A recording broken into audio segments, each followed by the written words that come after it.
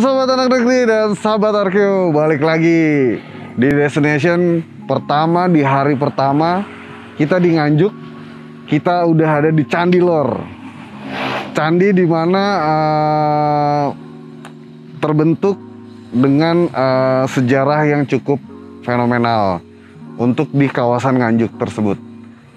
Mau tahu sejarahnya, mau tahu ceritanya, gue udah datangin pakarnya. Pakar yang benar-benar mengerti semua tentang ini semua. Bagaimana kelanjutan kisahnya dan ceritanya, let's go, ikutin gue.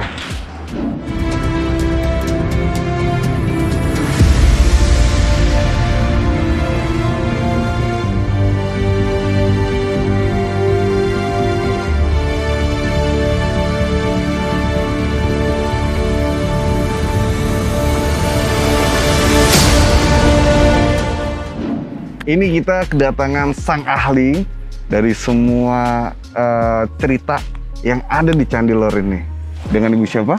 Halo sahabat arkeologi, saya Titi Surtinastiti dari Pusat Penelitian Arkeologi Nasional. Oke, Ibu Titi. Kita panggil akrabnya Ibu Titi ya? Ya. Ibu Titi. Boleh Ibu, boleh Mbak.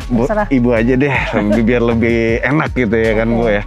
Nah, sejarah dan cerita apa sih yang ada di Candi Lor ini Bu? Iya. Ini sangat menarik ya, karena Candi Lor itu merupakan candi tertua yang ditemukan di Nganjuk. Ini daripada masa Sindok ya, yang pindah dari Jawa Tengah ke Jawa Timur. Itu dia yang memindahkan ibu kota.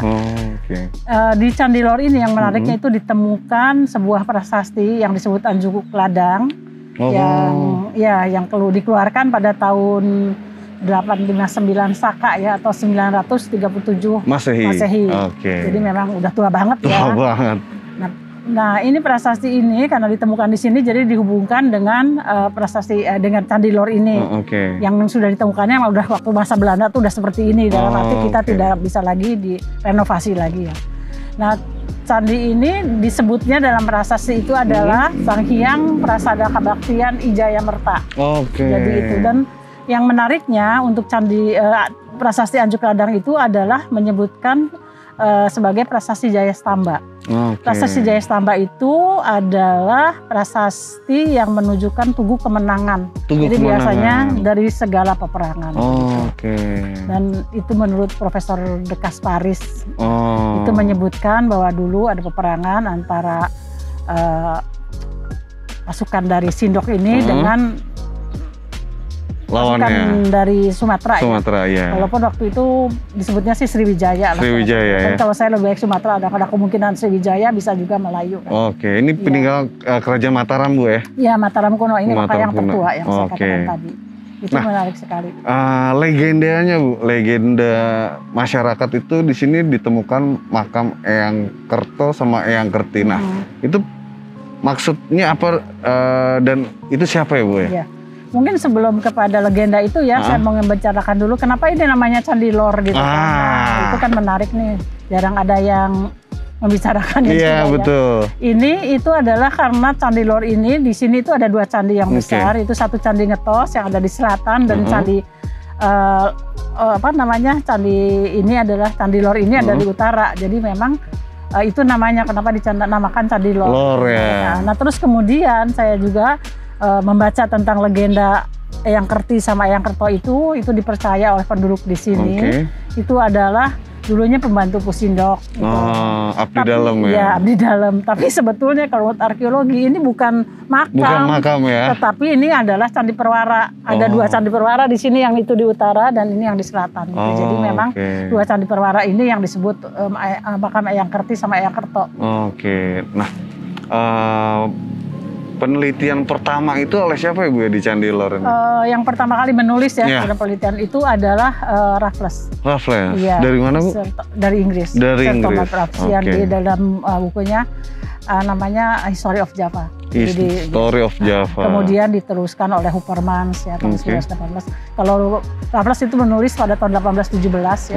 Kalau Huppermans itu tahun 1886 dia, atau 68 gitu ya. Kemudian juga ada peneliti-peneliti selanjutnya. Nah, peneliti Indonesia itu korelasi Bu dengan peneliti-peneliti itu? Tapi yang khusus ini kayaknya ada juga sih, tapi tidak meneliti secara, karena candi ini sudah tidak bisa diapa-apakan lagi ya. Dalam arti kalau mau renovasi kan menurut ahli percandian zaman dulu ya, tapi orang Indonesia asli adalah arkeolog pertama itu adalah Pak Sukmono, mengatakan bahwa kalau kita mau renovasi candi itu harus lebih dari 80% bahannya gitu. Kalau ini kurang 80%, kurang, jelas tidak bisa. Terus yang keduanya itu juga karena sudah dibeli oleh pohon kepuh ini ya. Jadi yang membeli candi ini adalah pohon kepuh dan akar-akar pohon kepuh, dan itu kalau misalnya kita renovasi kan harus dihilangkan ini, dan itu ada kemungkinan jadi malah ambruk. Ambruk ya. Jadi memang tidak direnovasi. Ini jadi selebihnya ditemukan pada sejak masa Belanda. Masa Belanda Bu ya. Oke. Visual Anak Negeri dan sahabat Arkeo, sepintas cerita tentang Candi Lor ini, yang dimana sejarahnya terkuak dari awal muasalnya kerajaan Mataram kuno. Nah, pesan untuk para anak muda Bu, untuk menjaga kebudayaan kita. Sebentar, saya mau bicara dulu mengenai temuan yang dekat sini. Boleh. Jadi di sebelah sana nih ada sawah itu ya.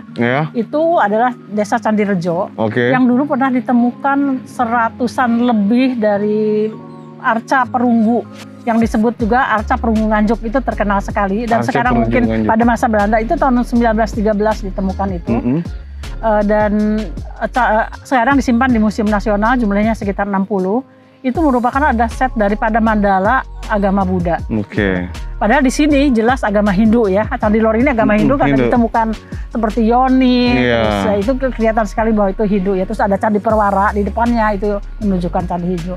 Jadi zaman Pak Kusindok itu saya melihat untuk kalau muda mungkin belajar bahwa kita tuh harus bertoleransi karena toleransi itu sangat tinggi.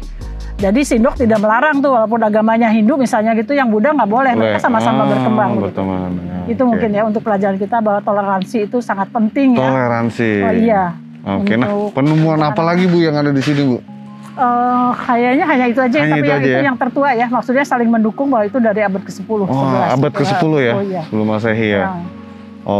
Jadi perunggu tadi Bu ya? Perunggu, nanti, itu ada di Museum Nasional. Nanti bisa kita lihat di pop-up-nya perunggunya seperti apa.